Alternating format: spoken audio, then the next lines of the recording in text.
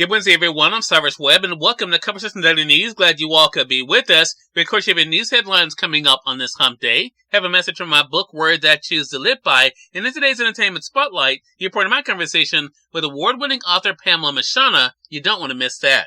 Enjoy today's broadcast. For Conversation Daily News, I'm Cyrus Webb with your Wednesday headlines. In international news, U.S. envoy works for a new hostage release deal and a scale down of the Israel-Hamas war. The head of the CIA jetted to Europe for talks with Israeli and Qatari officials on Monday, sounding out the potential for a deal on a new ceasefire and the release of hostages in Gaza, as the United States Defense Secretary spoke to Israeli military leaders about scaling back major comeback operations against Hamas. Still, there was no sign that a shift in the war was imminent after more than 2 months of devastating bombardment and fighting.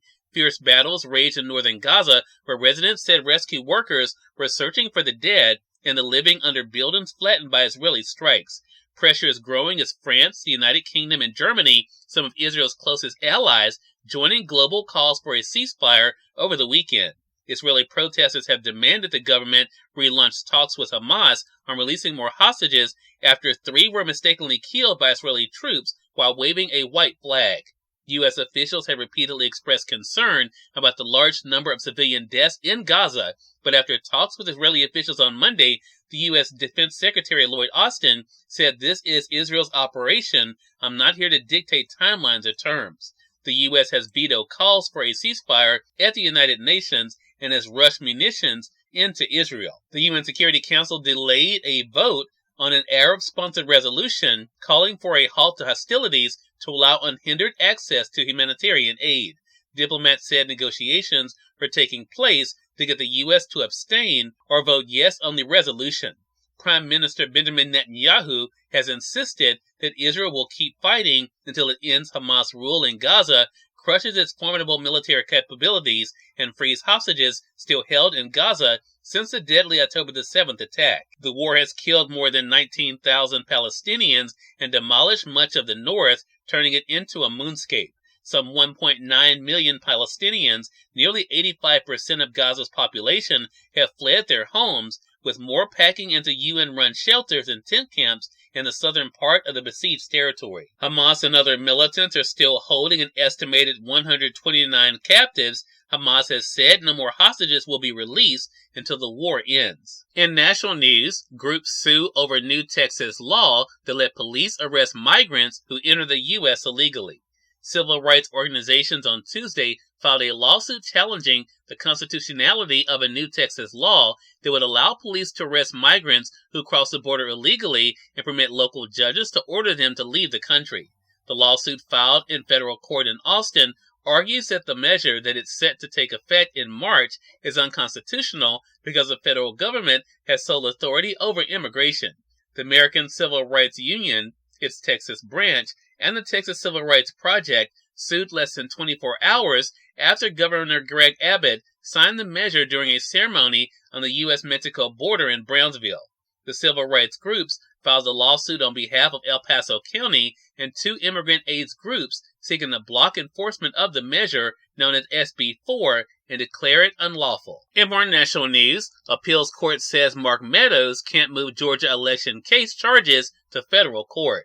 A federal appeals court on Monday ruled that former Trump White House Chief of Staff Mark Meadows cannot move charges related to efforts to overturn the 2020 election in Georgia to federal court. Meadows was indicted in August along with former President Donald Trump and 17 others on charges that they illegally conspired to keep the Republican incumbent in power despite losing the election to Joe Biden. A 3-judge panel of the 11th U.S. Circuit Court of Appeals rejected Meadows' request, affirming a lower court opinion from September. The ruling is a win for Fulton County District Attorney Fonnie Willis, who brought the case and is seeking to try the remaining defendants in a single trial in a Georgia state court. Lawyers from Meadows did not immediately respond to a request for comment on the ruling. A spokesperson for Willis declined to comment. And finally, in business news, Wall Street ticks up and S&P 500 pulls within 1% of record on rate cut hopes. Wall Street ticked upward at nearly all-time highs amid hopes that Tuesday's moves by Japan's central bank to keep interest rates easy for investors could be a preview for the rest of the world. The S&P 500 was 0.4% higher in afternoon trading on Tuesday, just 0.8% shy of its record set nearly 2 years ago. The Dow Jones Industrial Average was up 198 points, or 0.5%, coming off its own record high, and the Nasdaq Composite was 0.4% higher. Cyrus Webb, Conversations Daily News. It's on time for a message from my book, Words I Choose to Live By. Enjoy. Good Wednesday, everyone. I'm Cyrus Webb, and welcome to Words I Choose to Live By. There is no classroom like the one that life affords you. You have lessons. You have tests. More importantly, when you cannot find your way, you have a teacher that is never known to fail a student. Trust him to guide you, and you'll pass every time. Have an amazing hump day. We are part of my conversation coming up with award-winning author Pamela Mshana in today's Entertainment Spotlight. Stay with us. You're listening to Conversation Daily News. For Conversation Daily News, I'm Cyrus Webb with Entertainment Spotlight. Award-winning author Pamela Mshana rejoined me on Conversations Live, the radio show, to talk about her extraordinary year and her series, Girls in Search of Cover. Here's a bit of our conversation. Pamela, so good to speak with you again. Welcome back to the broadcast. Thanks so much, Cyrus. It's always a pleasure to be with you on your show. Thanks for sharing your platform with myself and so many authors. And hello, everybody out there. Well, look, we're glad to be able to speak with you. I'm excited for two reasons, Pamela. One, to talk about this year that's been a very big year for you. I mean, the series has been getting a lot of attention. Let's talk about that because, I'm all about celebrating the wins. I'm getting better at that myself. But what has it been like for you to celebrate the success of the series and the attention that it's getting? Oh, it's been so much fun. You spend so much time writing a book and you're hoping the world is going to receive it and appreciate it and all of your effort. I always like to both entertain as well as send a positive message, help people through maybe struggles in life. And I think it's because I've had some struggles in my life.